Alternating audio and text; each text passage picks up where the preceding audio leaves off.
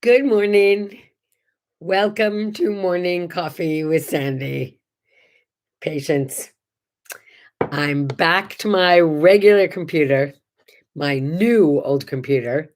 It's not really old. It's like, I don't know, it's not even a year old. Anyway, I got a new cord, and apparently that's what it took to get it to work. This new computer, this new Apple, there's so many things I don't know to look for, but like I got a dongle to connect this to that and that to this and this to the other thing, and I still can't connect anything to this.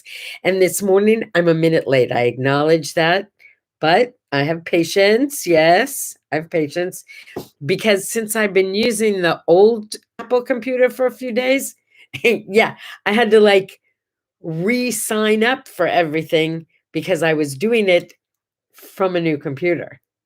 Yeah, go figure. I don't know. I Hi, my friends.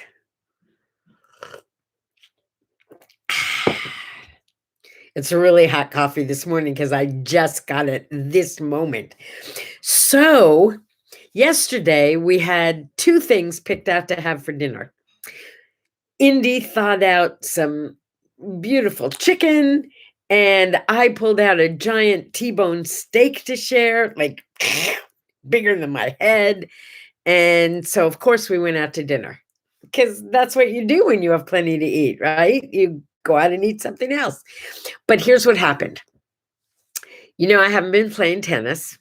I have my MRI next week, so hopefully we'll figure out what this is, do what we need to do to fix me and put me back together, and I can get out and exercise again. But in the meantime, my Tuesday tennis partner called me and said, "Hey, come on, what's going on?" And I said, "Oh, are you playing tennis?" And she said she was just finishing. And I said, "Great, then you're not far away. Come on over and have a cup of coffee." That was so much fun. I love those like impromptu get-togethers. So that's what we did. And while we were having coffee, even Indy came out and joined us. It was really fun. While we were having our coffee and cantaloupe, thank you very much. Ooh, it was very sweet, very good. She mentioned that she and another friend were going to a comedy show last night. And I said, "Where?" And the three of us started talking, and she told us, and we said, "Would you mind very much if we like followed you there? We want to go." And she said, "No, that'd be fun." So we didn't go out to dinner together, but we went out to dinner. They got there a few minutes after we did anyway. We shared a table, giggled and laughed, and the food was pretty good. It wasn't great. There was one comedian I really liked. I know you're going to ask me her name. I have no idea. I have no Poppy something. And I only remember that because I remember on the t-shirts there was a giant poppy. Her name was Poppy. She was very funny. I think she's from Prince from Provincetown, but I'm not sure. Anyway, we got out. Yeah. And by the way, at 9 o'clock last night, it was still like 104 degrees or something. Crazy weather we're having still. And today they said it's going to be in the 100 teens. Again, come on. It's enough. We want to go out and play. I want to go for a walk. I want to like go out and I can walk. I just can't run. And I can't get up out of a chair or a car. You know what it's like, don't you? Come on. You've experienced it, right? It's just annoying. It's just annoying. So I'll put up with it. But I want to exercise. Okay, what do I want to tell you about? Fritzy report. Have we done a Fritzy report lately? It doesn't seem like it. I called her while we were in Chicago quite a few times and talked to her on the portal. And it's funny because she doesn't get that the portal is not me right there. And, why don't I see you? You're right here. I know where you are. Yesterday when I went over, she really wasn't in the mood for company, I gotta tell you. She was sitting in the room where they were coloring or drawing, I don't know what they were doing. Good morning, Stephen. They were either coloring or drawing, but most of the inmates, as I like to call them, were very engaged in what was going on. Fritzy was sitting at the end of the table with a stack of newspapers in front of her, like moving the newspapers around. And she was very happy to see me when she realized who I was, but she didn't want me to take her away from that because she was afraid that someone would take her papers.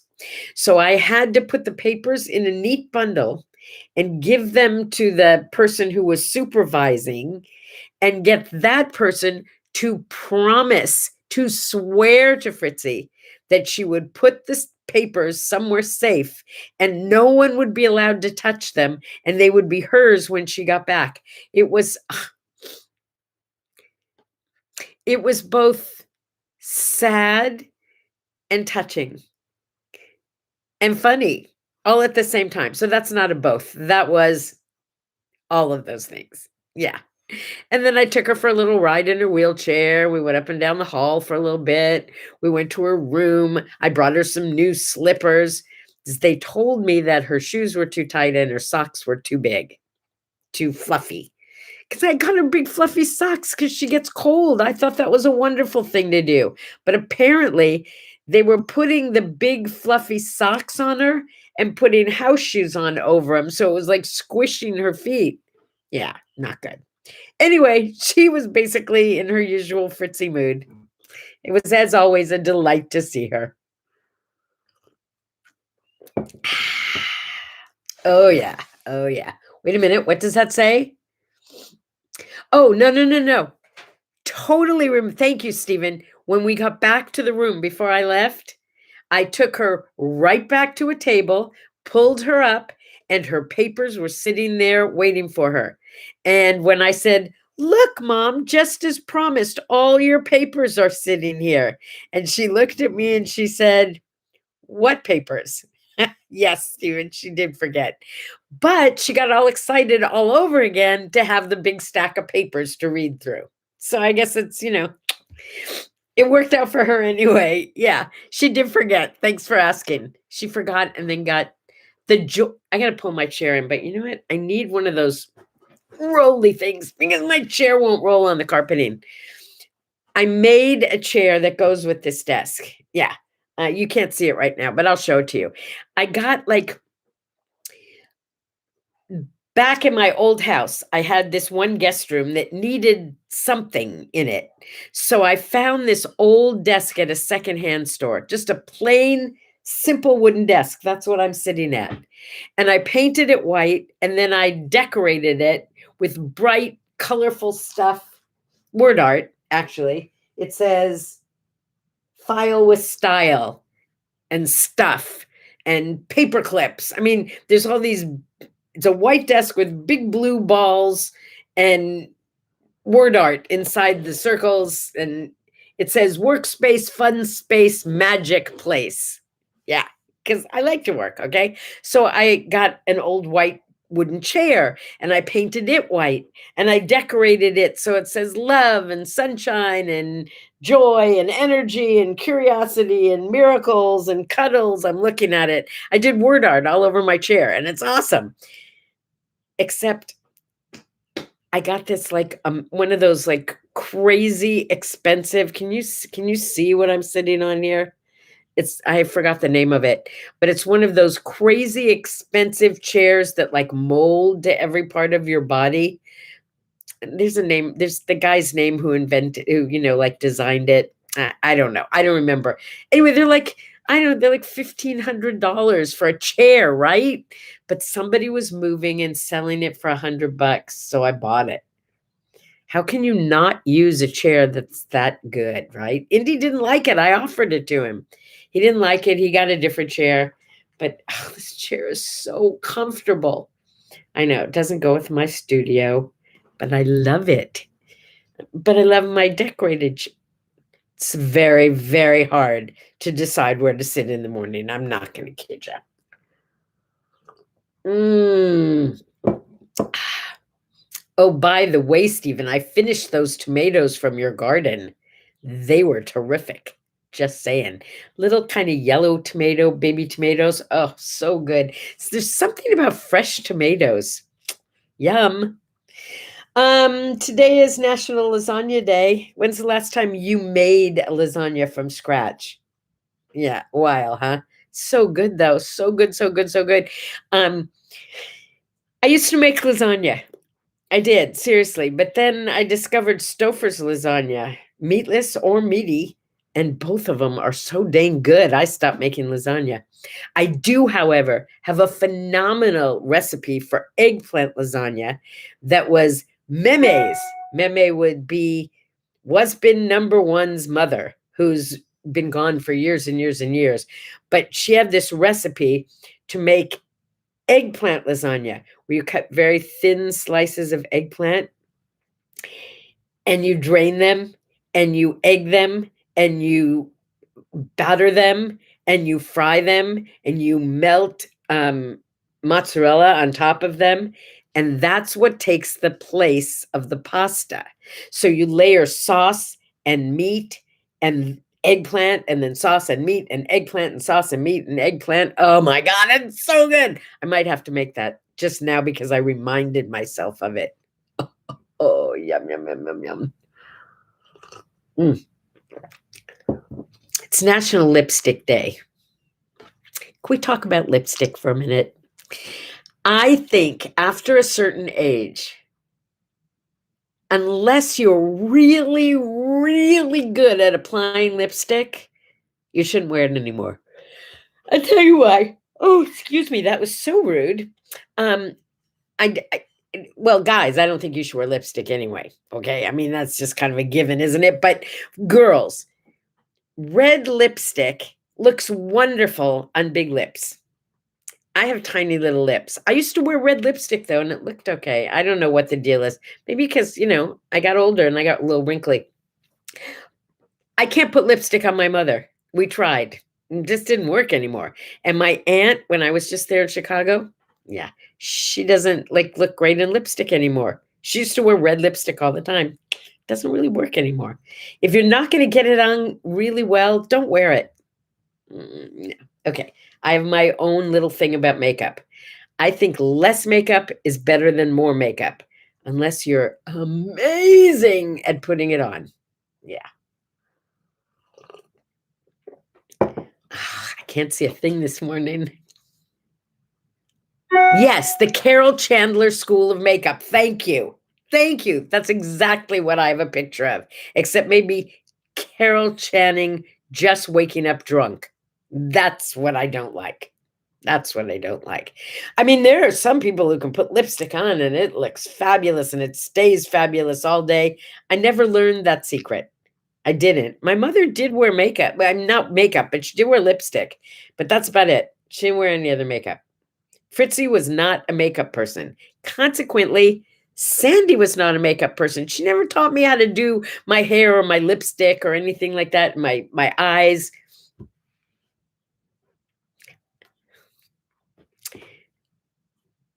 I got funny stories, but I'm not sure they're politically correct. So I'm going to have to think about my lipstick story before I tell it.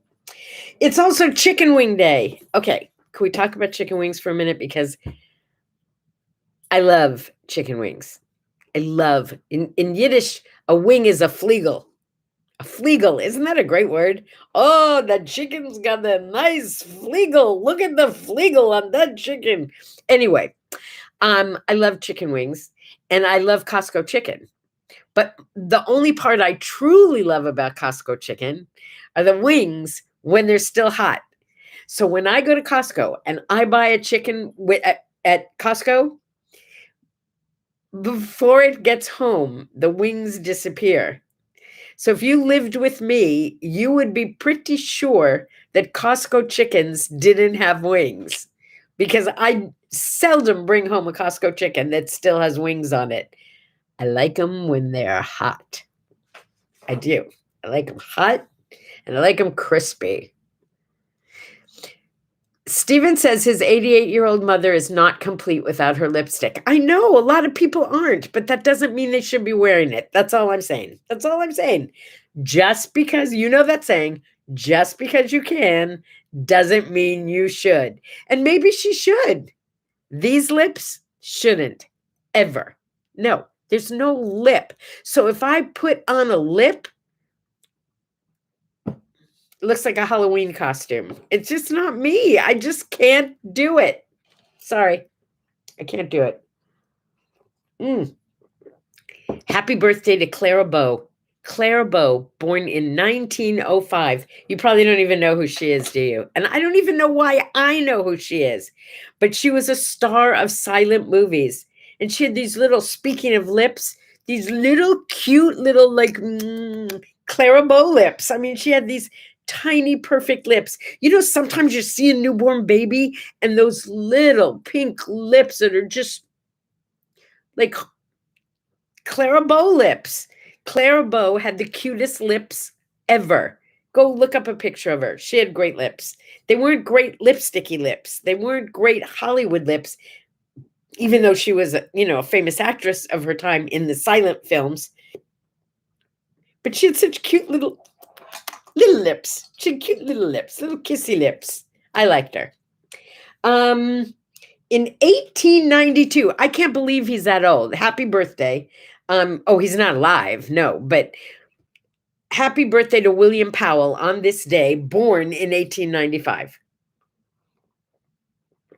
William Powell was like this, he was a leading man, okay?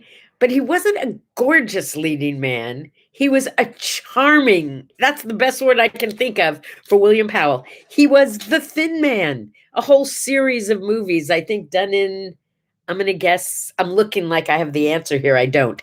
I'm guessing the movies were from the 30s, maybe the early 40s, probably the 30s. And his co-star was almost always Myrna Loy, who was adorable. She was just little and spunky and she had an attitude.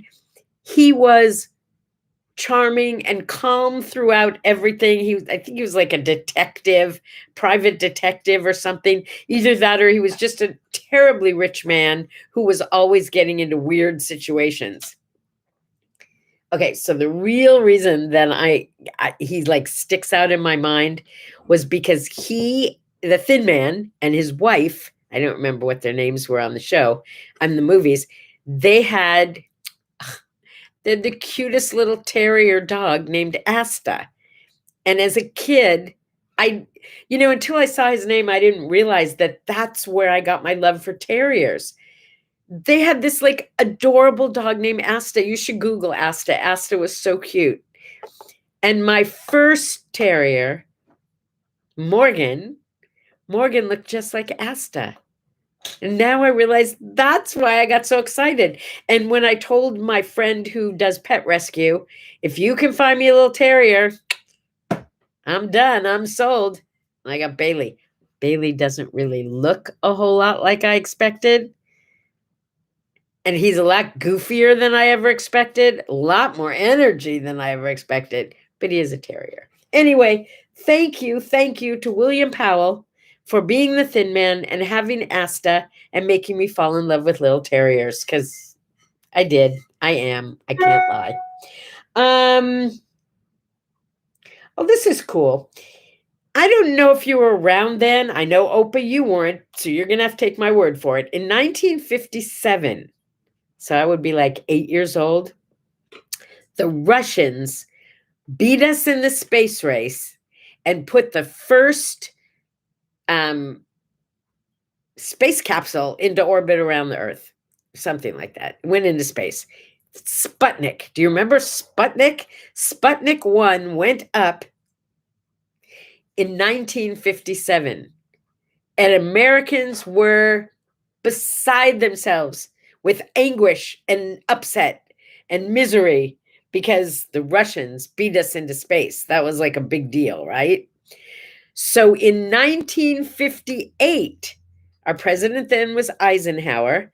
And in 1958, Dwight David Eisenhower created NASA, the National Aeronautic and Space Administration. How'd I do on that, huh? And yeah, and the rest is history. And Kennedy said we needed to get a man to the moon, so by God, we got a man to the moon. Yeah. Yeah. Get in the race, folks. Get in the race. You know what else today was? See, I remember this so well. It wasn't that long ago. 30 years ago. I guess it was kind of long ago. 30 years ago today, Prince Charles, who I've got to be honest with you, I never liked. He and I think, have the same birthday, same age. Not a fan. I never liked him. I'm sorry he died, but I'm sorry anybody who dies usually. But I was never a fan. But 31 years ago today, he married Princess Diana. And the whole world changed that day. It did. It did. I mean, she was the world's fairy tale princess, wasn't she? She was our everything. Okay, I mean, I'm sure she did stuff that was not okay, just like everyone else, but especially now that she's gone, she will always be the fairy tale princess. Just perfect in every way. Yeah. Diana, we miss you.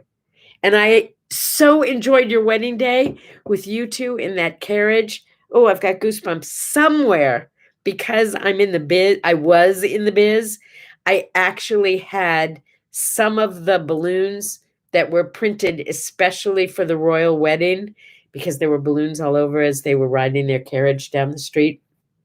Yeah, I had like a half a dozen of them. Oh yeah, Prince Charles is still alive. It's Philip who died. Philip was okay. It's Prince Charles who's married to Camilla. Yeah. And I don't like Camilla. That's all I want to say. I don't like her because she was a usurper in my book. But then I don't like Elizabeth Taylor because she was a usurper in Debbie Reynolds' life. Look, we all get to have our own prejudices and judgments. We all have them, right? So from where I stand, Camilla is a poop. I don't like her. I don't wish you anything bad, though. But I don't like her. Stephen, how did I mix that up?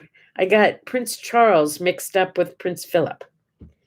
Prince Philip riding in on his white horse. Oh, okay, Camilla. She's no Diana, I can tell you that. She's no Diana. All right, in 1836, yeah, I'm going back a few years now. In 1836, the Arc de Triomphe, the Arc de Triumph, the Ark of Triumph was dedicated in Paris. Now, first of all, during World War II, I have all these photos that my dad took with his fellow soldier friends around the Arc de Triomphe. So it was always a very special place to me, right? And I'd been there a few times, but shortly after I was divorced, I went on my Come On Get Happy Again trip with one of my girlfriends. We went to England. We visited with my friend Toffee and my almost nephew Max, but that's another whole trip. I mean, another whole conversation. They lived right on the Thames. Oh, it was beautiful. Anyway, my friend Monica and I decided that we wanted a little side trip since we were already over there. So we bought tickets for the Channel. You know what the Channel is, right? That's the train that goes from Paris. I'm sorry, from basically from London to Paris, but it doesn't really. It just goes from England to France under the water. Yeah. So we thought, hey, we've never done this. Let's do this. So we bought tickets on the Channel and we went over to Paris just for like 2 days or something. Maybe it was just an overnight, whatever it was. Yeah, we had a great time. We had an absolutely, positively great time. But the best memory I have is that it was late at night. Well, it was dinner time, so it was dark already. And we went to the Arc de Triomphe and we got in they didn't have elevators. You had to walk up to the top to see the view. So we walked up to the top. By the time we got up there, we were exhausted. We did not want to walk back down. We kept looking for an elevator. We figured there had to be an elevator somewhere. So we were looking in all these nooks and crannies trying to find an elevator. We couldn't find an elevator, but we found a guard, right? So I went over to the guard, and I don't speak French, but I said hello, I said, bonjour, monsieur. And I said it with a lovely accent. So, of course, he thought I spoke French, which I didn't. And I immediately let him know that I was an American and that my friend had suffered a problem with her legs and she couldn't walk back down. What were we to do? Could we get someone to carry her down all those stairs? Anyway, I made up this whole story about how horrible it was and she couldn't walk. And he led us behind this wall, and there was a secret door. And he took us behind the secret door, and there was an elevator. Yes. So while all these people had to walk down those 4,000 flights of stairs, Monica and I took an elevator down with the guard. He didn't speak a lot of English, but he was trying to tell us what restaurant we should go to eat. It was delightful. And we didn't have to walk back down. That was my triumphant story from the Arc de Triomphe. Okay, on to the word art. Yes, on to the word art. And it came by on purpose. I mean, I wrote this because it had to do with some conversation I had just yesterday.